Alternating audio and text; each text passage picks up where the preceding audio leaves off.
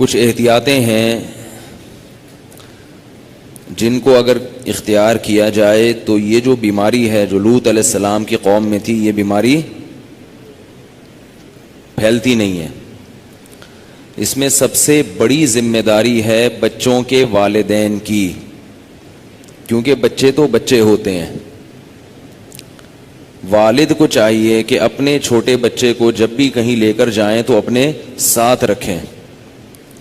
اگر وہ کہیں کھیلتا بھی ہے تو اس پہ نگرانی رکھیں کہ وہ بڑوں میں نہ کھیلے۔ اور رات میں یہ نگرانی ضروری ہے کہ بچے کو اپنے کزن کے ساتھ ہرگز ہرگز ہرگز نہ سونے دیا جائے ایک ہی بستر پہ۔ اس کا یہ مطلب نہیں ہے کہ کزن خراب ہوتے ہیں۔ اگر 10 میں کوئی ایک بھی خراب نکلا تو اس ایک کے شر سے بچنے کے لیے 9 سے مزید احتیاط کی جاتی ہے۔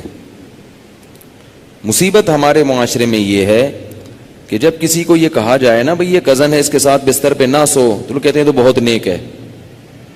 کل تو میں نے بتایا تھا کہ نیک اور برے کا تو اس سے تعلق ہی نہیں ہے۔ لیکن اگر مان لو کہ اس میں یہ چیز نہیں ہے تو بھائی پھر تم کل جس سے احتیاط کرو گے وہ کہے گا میں برا ہوں اور وہ اچھا ہے، مجھ سے احتیاط ہوتی ہے اور اس سے نہیں ہوتی، تو اس کا کیا جواب دو گے آپ؟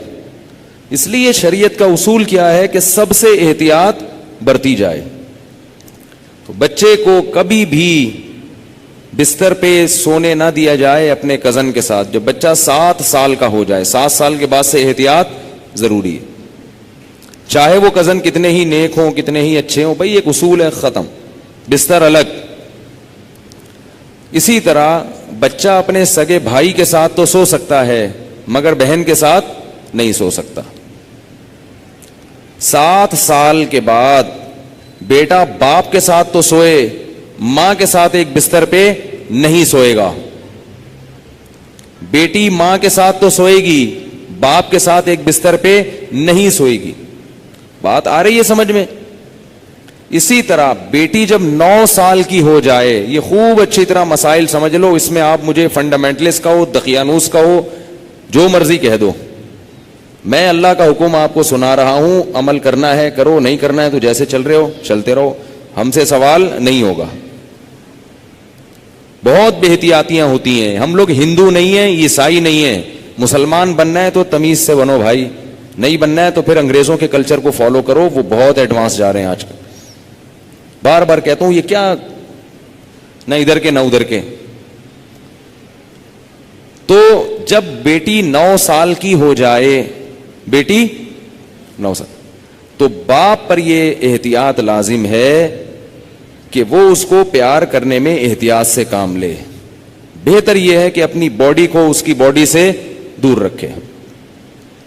پیار کرنا ہو سر پہ ہاتھ رکھے، بیٹی سر پہ پیار کرے، گالوں پہ یا ہونٹ پہ پیار نہ کرے۔ 9 سال کی بچی احتیاط کرے اس سے، یہ احتیاط کی عمر ہے۔ اور جب بالغ ہو جائے پھر تو ہرگز اس کی اجازت نہیں ہے، کیونکہ مسئلہ یہ ہے کہ باپ اگر بیٹی کو اس طرح سے پیار کرے اور خدا نخواستہ باپ کے دل میں شہوت پیدا ہو گئی، اور اس کی کچھ تفصیل ہے، یہ خود سے فیصلہ نہ کریں، مفتی سے، کسی مفتی کے سامنے پوری صورتحال رکھیں، تو اگر یہ شہوت پیدا ہو جائے تو اس بیٹی کی ماں اس باپ پر ہمیشہ کے لیے حرام ہو جاتی ہے۔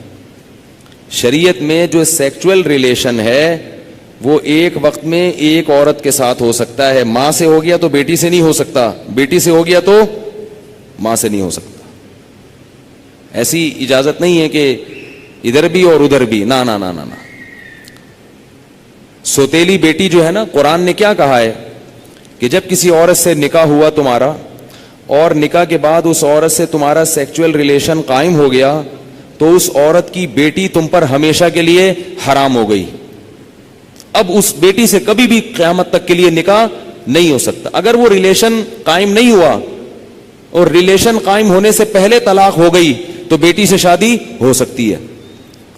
قرآن کی اس آیت سے فقہا نے، امام ابو حنیفہ نے اور ان کے شاگردوں نے اور بہت سارے تابعین نے استدلال کیا ہے کہ اسلام میں ایک وقت میں جس عورت سے ریلیشن ہوا اس کی ماں سے اس کی بیٹی سے ریلیشن نہیں ہو سکتا. نہ حلال، اور حرام تو ویسے ہی حرام ہے، حلال ریلیشن بھی نہیں اب ہو سکتا. کسی عورت سے جب ریلیشن ہو گیا تو بیٹی سے اب حلال شادی بھی نہیں ہو سکتی، قرآن نے منع کر دیا. کسی عورت سے اگر خدا نہ خواستہ زنا ہو گیا، اب اس عورت سے تو شادی ہو سکتی ہے، اس کی ماں سے یا اس کی بیٹی سے شادی نہیں ہو سکتی. خوب سمجھ لیں یہ مسئلہ اچھی طرح سے. اسی طرح یاد رکھو کہ اگر داماد نے خدا نخواستہ بہو کے سسر کے ساس کے ساتھ، داماد اور ساس میں کوئی ریلیشن ہوا سیکچول، کس میں؟ داماد میں اور ساس میں، تو یہ جو ساس کی بیٹی ہے یہ اس پر ہمیشہ کے لیے حرام ہو جائے گی. اسی طرح بہو میں اور سسر میں ہو گیا تو یہ بہو اپنے شوہر پہ ہمیشہ کے لیے حرام ہو جائے گی. بات آ رہی ہے سمجھ میں؟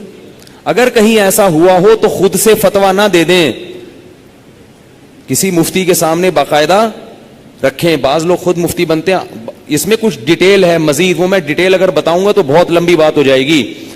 تو کسی کے ساتھ ایسا خدا نخواستہ ہوا ہو تو خود سے فیصلہ نہ کرے، کسی مفتی کے سامنے پوری، اس میں کچھ شرطیں ہیں. تو میں ڈیٹیل میں نہیں جا رہا، میں صرف آپ کو مسئلے کی حساسیت بتا رہا ہوں کہ احتیاط، بولو بھائی، ضروری ہے. کن رشتوں سے احتیاط ضروری؟ سگی بیٹی سے احتیاط ضروری، بیٹے کا اپنی ماں سے احتیاط ضروری، ساس سے احتیاط ضروری، داماد سے احتیاط ضروری. یہ وہ رشتے ہیں. سوتیلی بیٹی سے احتیاط ضروری.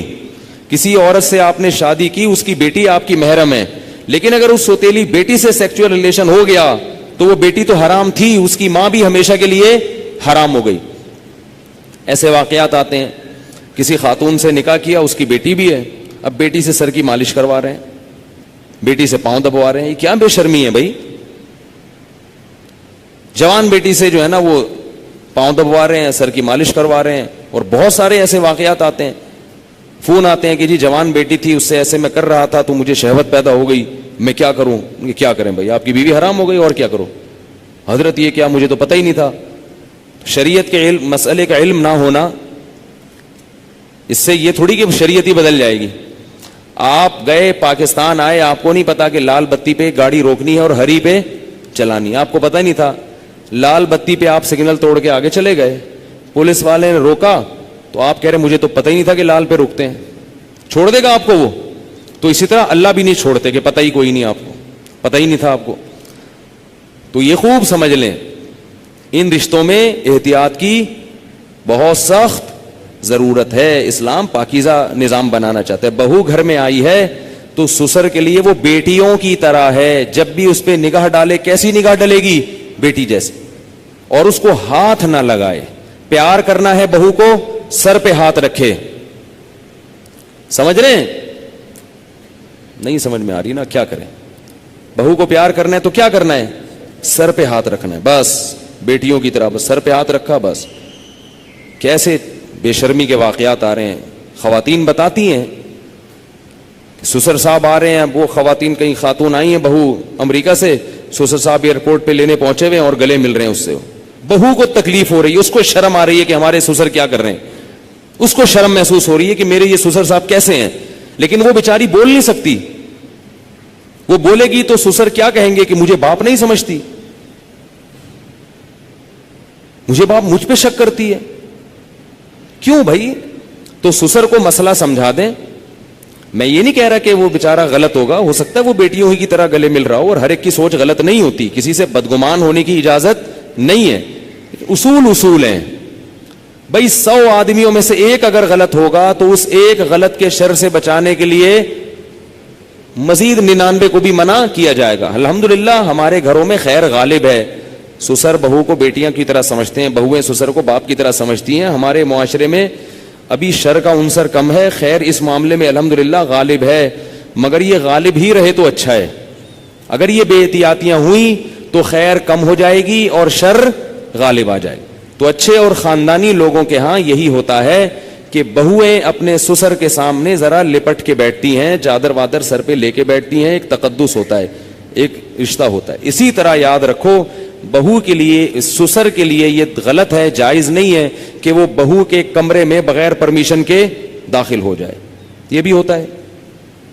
سسر صاحب کیا کرتے ہیں, شادی ہوئی ہے, دروازہ کھول کے بہو کے کمرے میں گھس گئے, وہ بیچاری کس حال میں بیٹھی ہوئی ہے, کس حال میں لیٹی ہوئی, اور اس کو غصہ آتا ہے تو کہتے ہیں میں باپ ہوں, میں بھی پرمیشن لے کے آؤں. تو حیا بھی کوئی چیز ہوتی ہے. تو